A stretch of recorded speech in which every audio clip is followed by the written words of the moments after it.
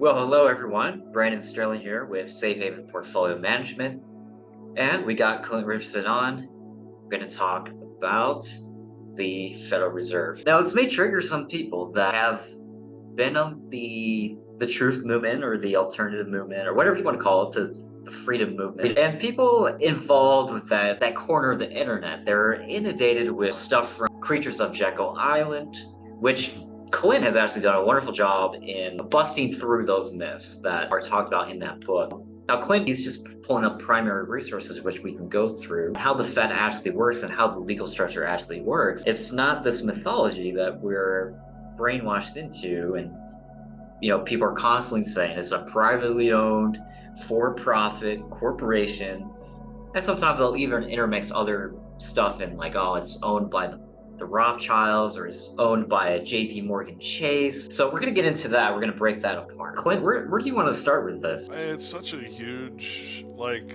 this is the Odysseus of myths, this is like the granddaddy of the movement because everything seems to fade around. I mean, we could start with good old Ron Paul and what a fraud he was, if you want, because, these guys like G. Edward Griffin and Ron Paul and all these guys, they write about this thing, and, don't get me wrong. If I go up, you can go to Wikipedia right now, just so you understand how simple it is to really disprove a lot of this stuff. You can go to Wikipedia right now, and you can pull up what's called, just so we have a clear understanding of what we're talking about, independent agencies of government. Now, we often confuse terms like private, which we know now means foreign, so is the Federal Reserve foreign from the United States? Who created it? I don't think so. So, okay, private, not quite the right word, but independent. Now, we do have tons of independent agencies of government, right? We have the post office, the postal service. And guess what? It's set up the same way the Federal Reserve is. It has a board of directors, and the president does this, and it's all in, and they go to Congress and they answer to all the questions, just like the Fed chairman does. Yeah. And you have all these Federal Reserve offices, right? Now, the only reason that is an independent agency of government, in other words, Congress creates it and it gets put into the executive branch, like everything does, it just means that Congress doesn't have time to deal with the mail system, right? Congress is not going to be out there delivering the mail. Right. So you have an independent agency of government that basically runs itself, and what that means is that it makes its own rules. Well, if you're a parent in your own house, you make the rules. Does that mean that you're not following the law? No, you're still under that top tier of government, basically. So the Fed is allowed to make its own rules and do it just like the post office. I don't think Congress is sitting around going, I think we should have butterflies on our stamps this time around. Oh, how about, well, let's be fair and have satanic images on the stamps so everybody feels equal, right? I don't think that's what Congress wants to do with its time, and so it has an independent agency. So when we look down at and again, type in independent agencies of government, and you'll find the Post Office, the Securities Exchange Commission, and every other thing out there that Congress doesn't sit and govern, but it does create, right? So you have the Federal Reserve Act, you have the Post Office, you have all these different things. So, yeah, basically, they all run the same way. Securities and Exchange Commission, it has a board, members, all that. The only difference, and this is where the big foundation of the myth comes from, is that Eustace Mullins got confused in his book that he wrote about the subject, because he saw that banks held stock in the Federal Reserve. And without the glory of the internet at his fingers, he made the conclusion that, oh, well, that means JP Morgan Chase and all these banks must own the Federal Reserve, therefore the royal families own the Federal Reserve, and all that. Well, no. And what's hilarious to me is that the Federal Reserve actually had to put up a fact section, a question and answer section, because it was getting so many emails and so many questions and so many horrible comments. Yeah, there they all are. Look, the Federal Communications Commission. So all of these, including the Federal Reserve, are independent agencies of government, not private. Right. They're not outside of government purview. They're still under the law. They're still all created by an act of Congress, right? So there's no difference between any of these things. And so basically, what you find is in the question and answer section on the Federal Reserve, it one, it addresses privacy. No, we're not private. Two, but we'll talk about that because it's important. Yeah. Two, it says it says we are, how did it put it? It says and it says this in the Federal Reserve Act, by the way. So if anybody would actually read the Federal Reserve Act, which created the Fed, they would know, no, banks don't own stock. Now, what is required of banks, and this is in the fact section, is that all banks who are members of the Federal Reserve, members, what does that mean, right? Well, what is the Fed's membership? Oh, so it's an association of banks, and the banks are required to invest a certain amount of money. It used to be $1 million, and get what is called a membership stock, right? Right. Now, if you know anything about the stock market, most people unfortunately They don't, don't. um, then you know that membership stock is very different than ownership stock. And the Fed Yes. is very clear to say this. So it's not a choice. It's not like the banks are like, oh, we're going to take over the world by taking over the Fed. No, they actually are required by the Fed to invest, and then they get their dividends and their payouts for their, and not just that, but they get the right to use funny money. They get the right to have this zero reserve, essentially, or 10% reserve, or whatever you call it. Basically, they get the right to hypothecate and screw up the entire world, thanks to their stock ownership. So, okay, so they own stock. Yes, it is true that banks have stock in the Fed. Is it ownership stock? Absolutely not. And they're very specific in the Federal Reserve Act and on their fact section that no, banks do not own the Federal Reserve, that it is not private. Now, okay, let's talk about when we talk about private, remember these words have different meanings in different contexts, right? Yeah. And so there's videos out there, and Ron Paul or put them out, or Alex Jones or put them out, and they'll sweep, and everybody be like, "Oh, that's just so evil. Oh, they're bad men." So here's Ben Bernanke in front of the Congress, and Congress asks him a question, and they're like, please, explain this part of the. Now Congress knows that this is information that is not privy to a public hearing.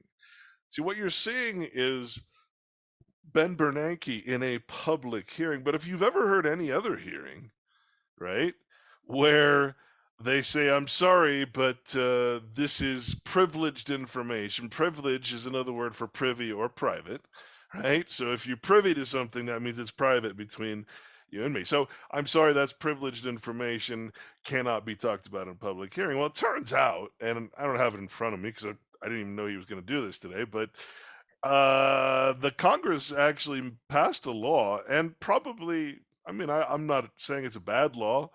I'm saying the way they use it is bad because they never tell anybody that it's the law that if Ben Bernanke gave classified or privileged information in a public hearing where everybody could hear it, he'd actually be in jail.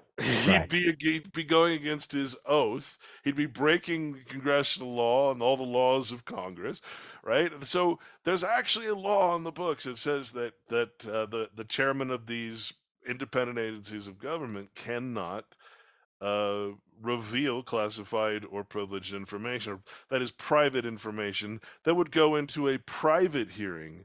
And this is why you can go to Congress, you can sit in the lobby or the overhead area and you can watch public hearings, but you're not privy to what is their private dealings. I'm sorry, but you're not going to be a witness to a classified hearing or anything that's going to deal with sensitive information. And so you're not going to get much when you go to Congress, except and here's the kicker. They can, if when someone speaks publicly to you, so what you've got is Ben Bernanke going in there pretending that he has some power over Congress, right? So they make a show out of it for you, for your benefit, so that you think that Ben Bernanke is private from Congress, doesn't have to answer to Congress, right? He's all powerful. That Federal Reserve, they control the world, right? Not at all. There's a law that says he can't speak, so he doesn't speak, but he makes a show out of it. And Alex Jones, being the controlled opposition, makes a bigger show out of it. And you've got this whole alternative movement that falls for it. I fell for it. Yeah. Everybody falls for it. Yeah. Until you do a little research. And like I said, all I ask is that you prove what you say. Show me the source and give me the proof. And since no one was doing that, I had to look myself. So, I mean, there's all these little tricks and little things that are happening that it's very easy to make a story like G. Edward Griffin's Creatures from Jekyll Island. It's very simple, in fact, to embellish and make it seem like the Fed is this all-powerful thing. But guess what? When you look, the story, right? The Fed got together, or the Congress got together on a Christmas Eve when most of Congress was out of the session, and that's when they passed the Federal Reserve. Mwah, mwah, mwah, mwah, mwah. Right?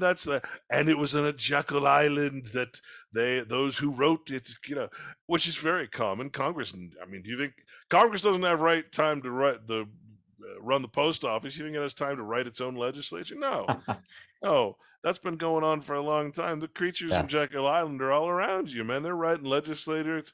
It's lawyers, attorneys, businessmen, ALEC, American Legislative Exchange Council, all these things. So that's nothing new, right? But what Griffin did was he took this really kind of boring story of a bunch of bankers getting together writing a bill, which is nothing new, and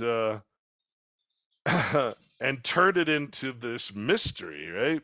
So the facts of the thing, which I looked up, so I'm like, well, okay, let's just ask the question. This begs the question, right? What if all of the congressmen showed up that day? Let's just say on that Christmas Eve, which turns out to be a lie too, they all showed up and they all put in their votes. What would have happened? Well, it turns out that without all of those congressmen being there, if they would have all voted no for the Federal Reserve bill, it still would have passed.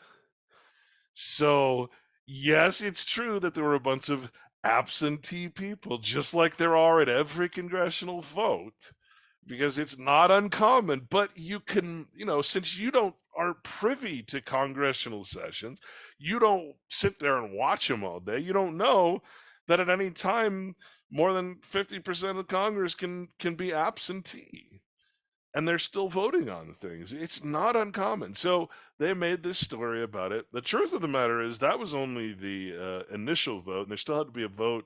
I don't remember what they call it now. It's all in my documentation. But they vote for it, then they deliberate, and they add things to it, and then they have to vote again. So it wasn't even the final vote, right?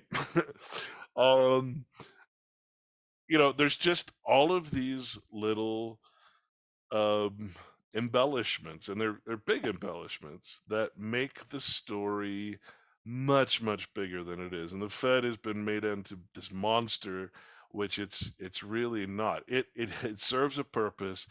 At the time it was created, I mean, I would not disagree with someone who said it was necessary to have some form of, not central bank, because that, of course, is a Communist Manifesto, a plank, but some form of organization. Because you had banks were basically involved in organized crime. They were giving away money with no reserve. They were doing all this. So there had to be some banking organization, definitely, and it did serve its purpose.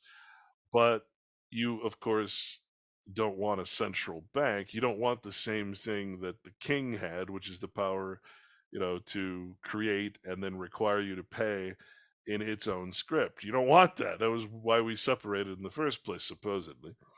So there's just so much to it. Yeah. Again, though, the congressional record, when you look at the voting record that's recorded by Congress, completely different story.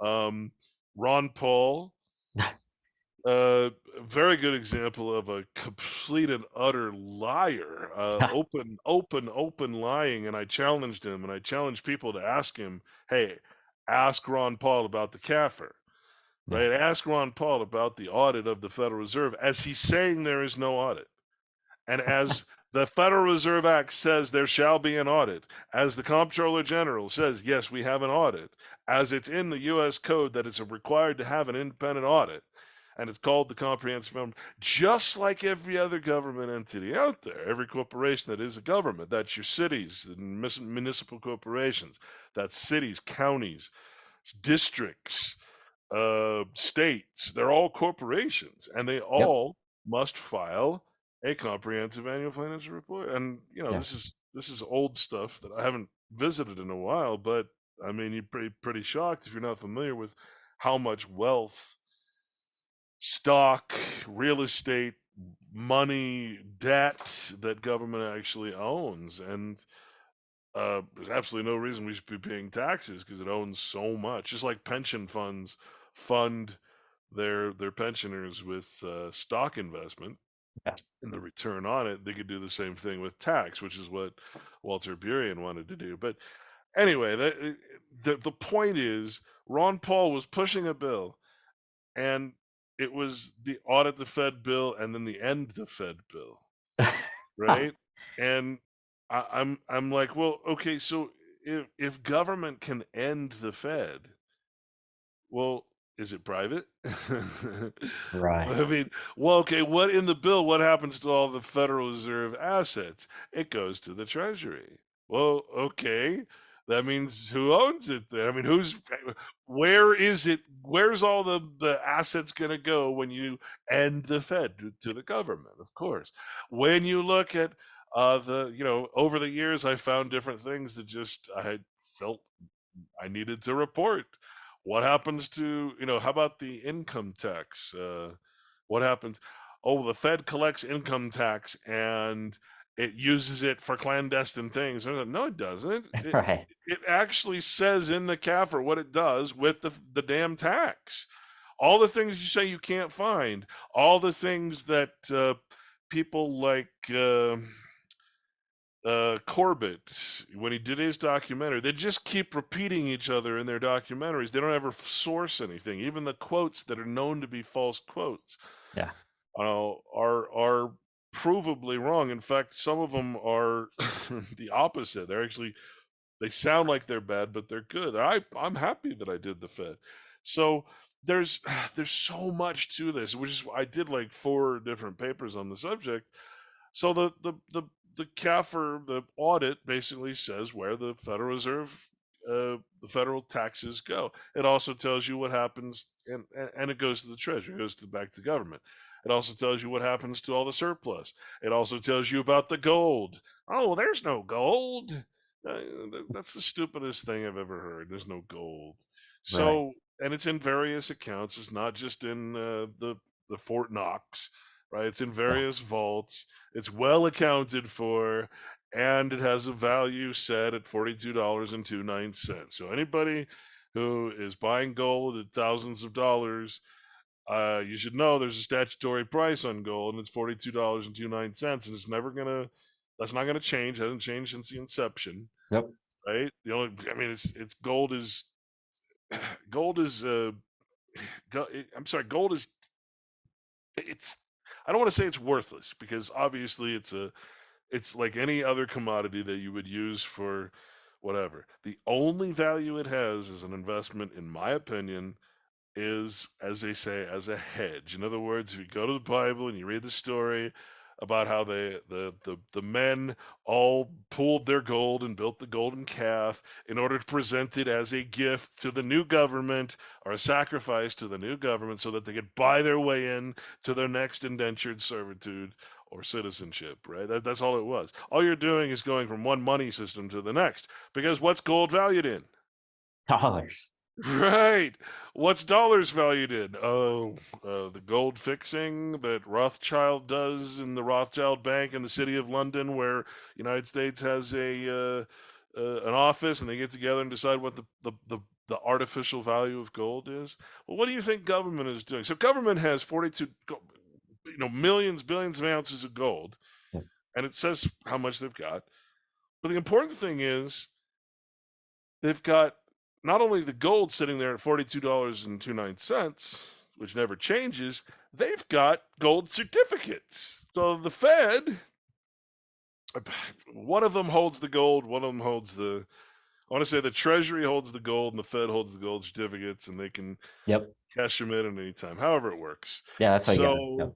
but the gold, what do they do with the gold certificates? Like, hey, these are gold. This is like my one certificate for 1 troy ounce of gold. Am I gonna be honest and say it's $42.29, or am I gonna go by the market price? Right. So now suddenly they have billions and billions in gold instead of just millions that they can trade the difference, right? So they're constantly using that artificial value between the market value and the statutory price of gold to invest. I mean, it's all about investment, right? Yeah. Government has taken over the entire freaking world, the stock of every corporation. Yeah. And we're just sitting back going, great, give me my pension. Give me my reward for allowing you to use my money to basically globalize the entire system, to build up China, to build up Russia, to build up all Yep. these economies and have the stuff. I mean, look at the CalPERS. If you want to have a rush and really see the power behind this thing, then just pull up the CalPERS investment report, where it lists that's California Pension Fund for employees, and where it lists every stock that it has and everything. You would be shocked when it says $1 billion worth of Exxon stock or $1 billion worth of this bank. But then you go into the foreign investments, $1 billion in the Bank of China, $1 billion. Every government owns everything. This is why it's being built up everywhere. And Exactly. that doesn't just mean America. That means Canada. That means all the English, all the states, all the counties, all the cities, all the districts. You start pulling 220,000 different government corporations together, all required to invest. Well, now you're talking about where the real power is. The Fed? No. Where the real power lies is what's called corporate governance.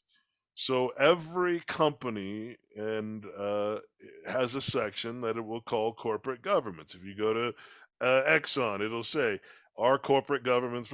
So Yeah. basically, what this means is that government has controlling stock in all corporations. Therefore, it elects through proxy. Basically, if you are an ownership stock holder, then you have voter rights. So that's the difference. If I'm a bank and I'm in the Federal Reserve, I don't have voter rights. I don't say what goes on at the Fed. I simply am given privileges for being a member. I could offer stock in my private association if I wanted to, right? Right. Yeah. But I don't. I don't need to. I don't. We're not. That's not what it's for. But I mean, if that's what you're doing, you could. Yeah. So yeah, the whole thing is just corporate governance, and the fact that government has been investing in and starting up every corporation in the world.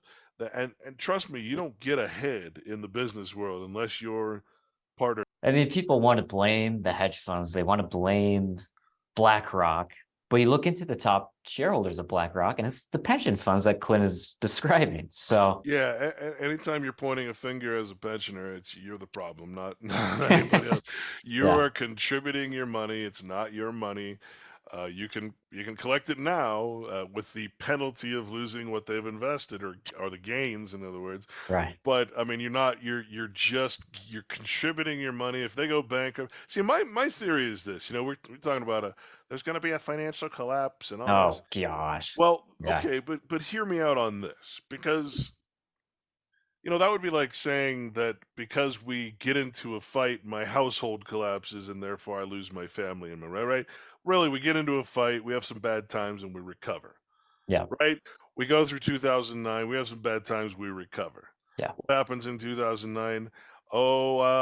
Trillions and quadrillions and massive amounts of money are stolen or taken out. I won't say stolen, but taken from the markets, because Mhm. the valuation is in money. So they take all Yeah. that money, and you're left with, suddenly we have low prices. Maybe if we now invest in the airlines after 2001, then, they'll go back up, and they go back up, and then they Yep. go down.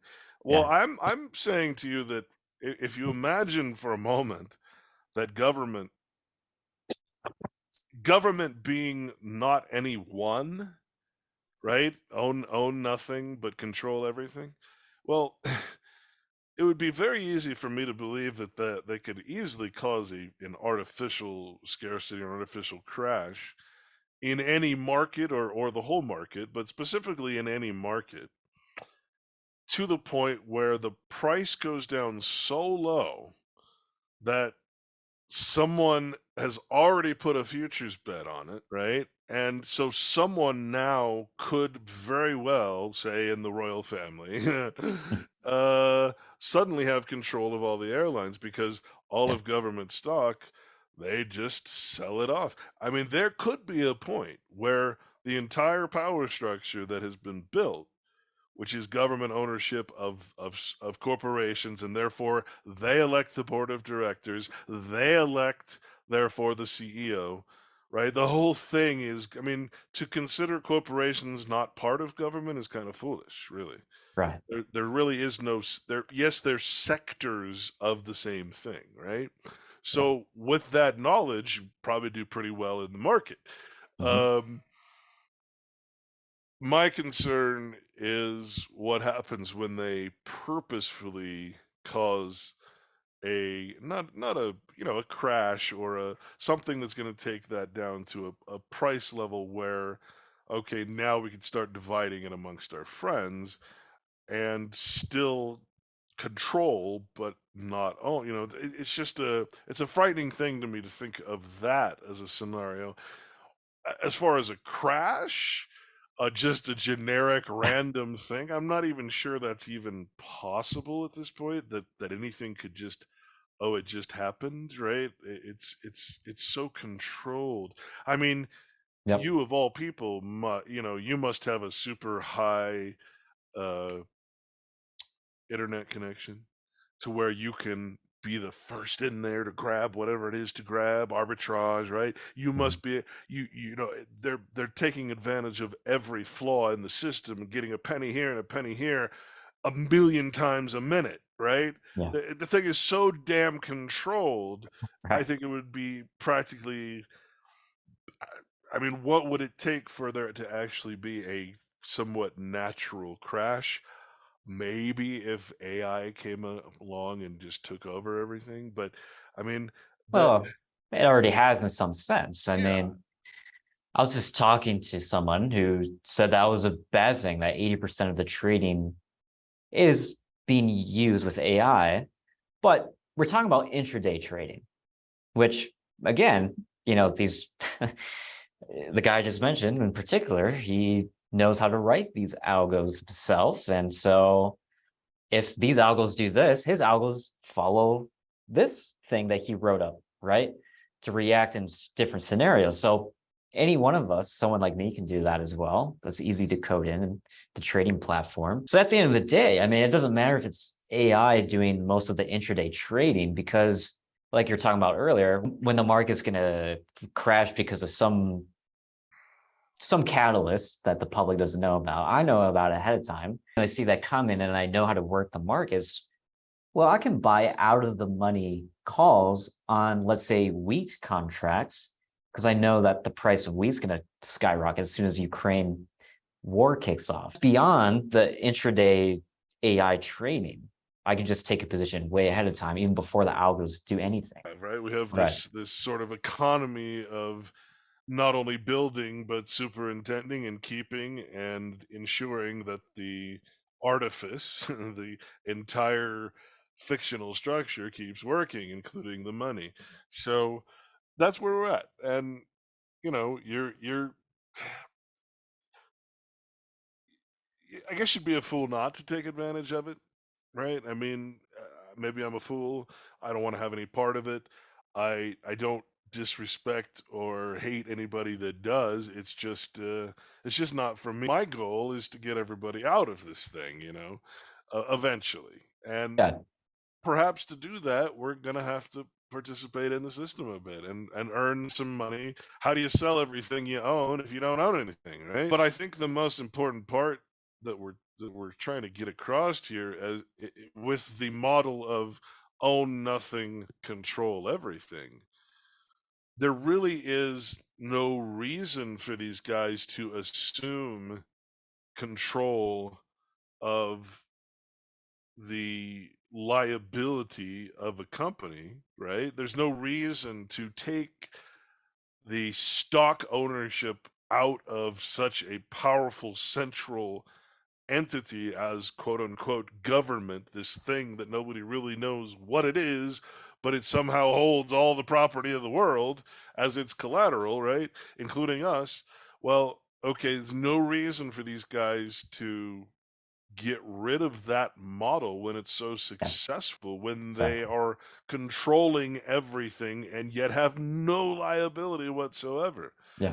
Because all these companies are artificial persons Yeah. that assume the liability instead of the people behind it. Well, the people behind it are not stupid enough to invest in it themselves. They do it through all of these, you know, convenient funds and all that stuff. And it's you know, I as much as I hate it, it is the way it is. You can't just Yeah. ignore it, you know.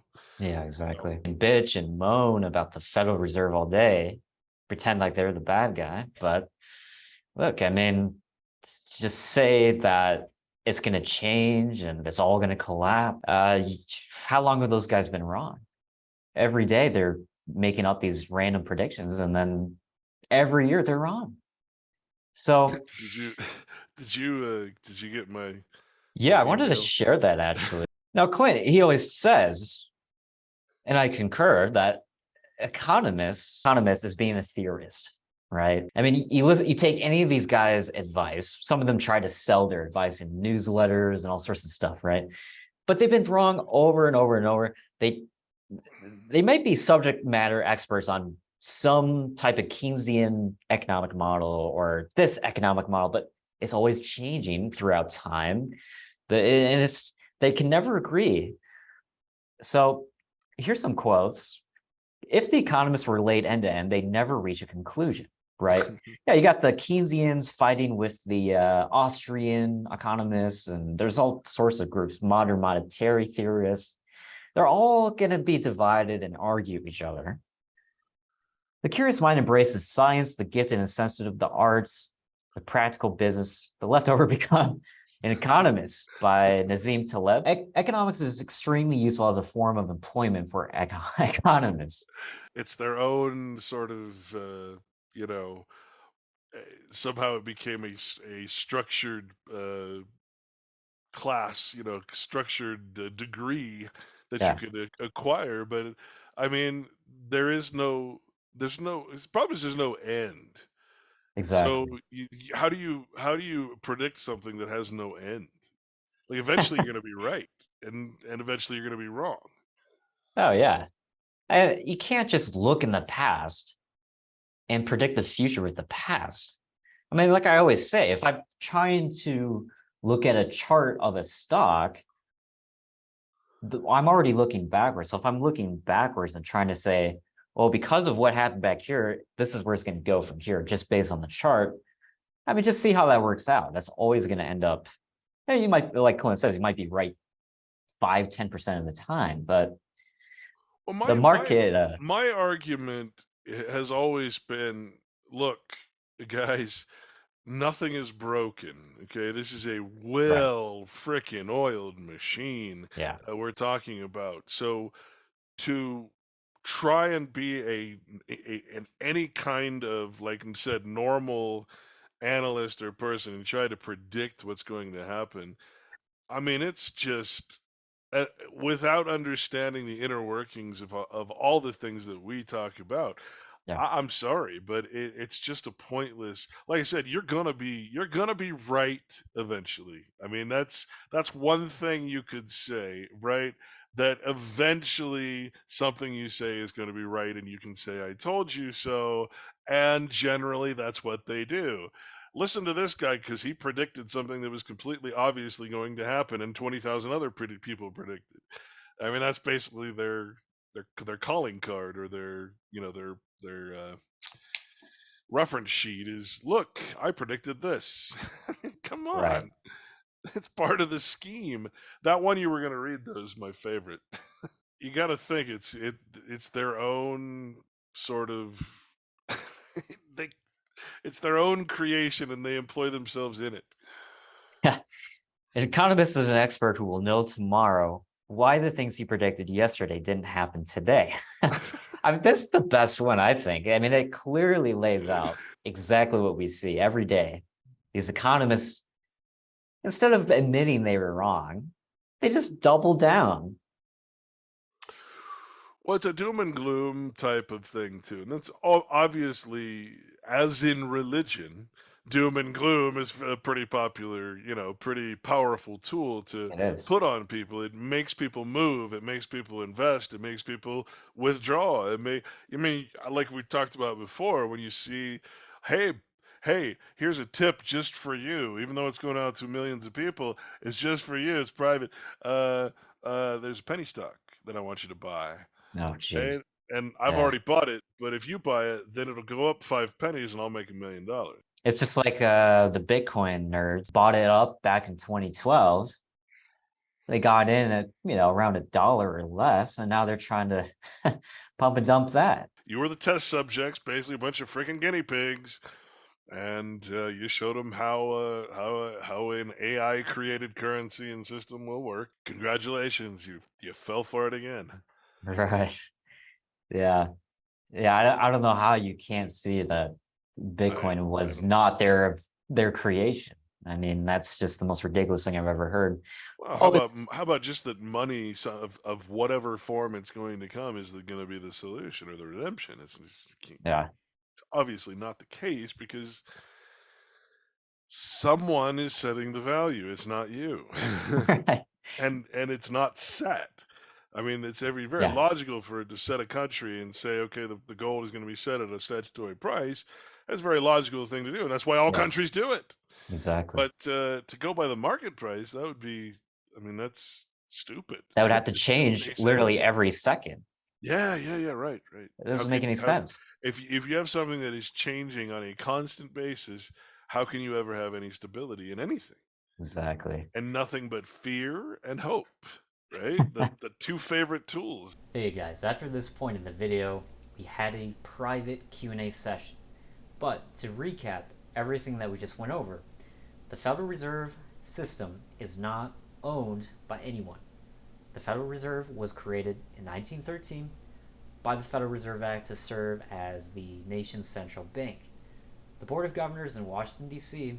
is an agency of the federal government and reports to and is directly accountable to the Congress. So, contrary to G. Edward Griffin's book that painted this theatrical story where Congress wasn't present and the Federal Reserve Act was passed at midnight during the holidays, is simply just not true. 70% of the total 434 members were listed as not present for the vote. So that's 18% of House members were not present for the vote, which is actually not at all uncommon. 76 members were present to vote, and they all voted nay on the act. The total votes would have just stood at 136 nays and 298 yeas. This would still have been well over 2/3 majority vote in favor of the Federal Reserve Act by the House members. So we need to stop believing the fictitious story by Griffin and talking heads. The Federal Reserve derives its authority from the Congress, which created the system in 1913 with the enactment of the Federal Reserve Act. So the central banking system has three components: a central governing board, the Federal Reserve of Governors, a decentralized operating structure of 12 Federal Reserve banks. And so the board, appointed by the president and confirmed by the Senate, provides general guidance for the Federal Reserve System and oversees the 12 reserve banks. And what are these 12 reserve banks? Well, they're 12 regional banks that have a board of governors comprised of 12 people appointed by the president and confirmed by the Senate. And this is to limit the president's power. He can only appoint one governor every 2 years with a 14-year term. So the board reports to and is directly accountable to the Congress, but unlike many other public agencies, it is not funded by congressional appropriation. The chair and other staff testified before the Congress, and the board submits an extensive report, the Monetary Policy Report, on recent economic developments and its plans for the monetary policy twice a year.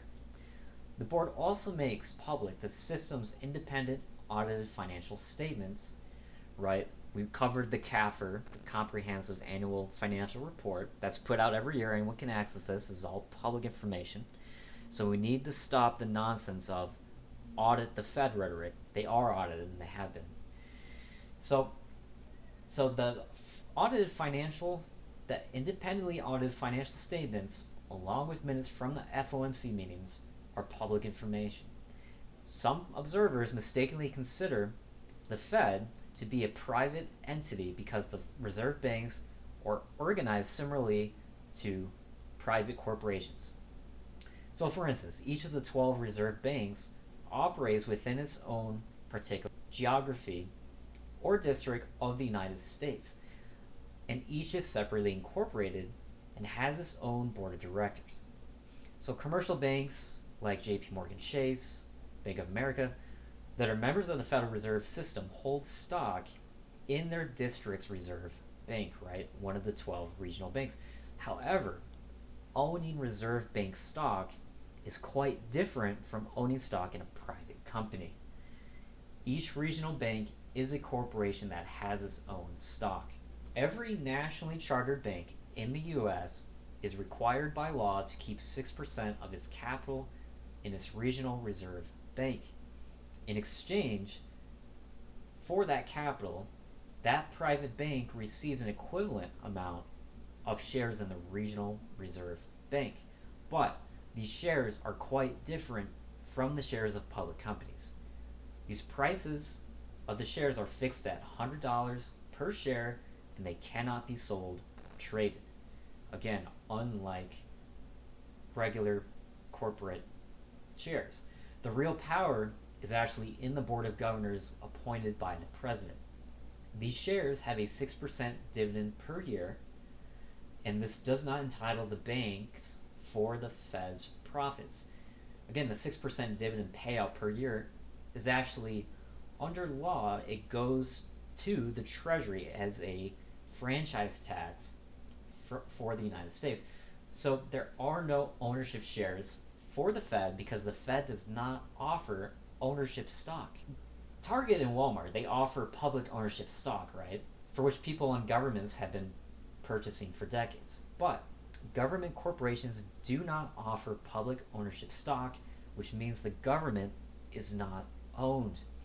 The reserve banks are not operated for profit, and ownership of a certain amount of stock is by law a condition of membership in the system. Government created a system to control bankers. In fact, the Federal Reserve, the reserve banks, are required by law to transfer net earnings of those dividends to the U.S. Treasury as, again, a franchise tax. After providing for all necessary expenses of the reserve banks, legally require dividend payments and maintaining a limited balance in a surplus fund. So just want to go over those points again, just as a recap. So thanks for watching, everyone. You can find Clint's new website and latest work at privateunderground.club. In fact, he's uploaded all of his past work, and you can find it now in one location that is not censored. You can find my work at safe-havenco.com. You can read more about what we do there. And you can find all of my video content on my Telegram channel. So if you screenshot this QR code that's on the screen, you can join my Telegram that way. So I will see you guys next week. Until then, take care, everyone.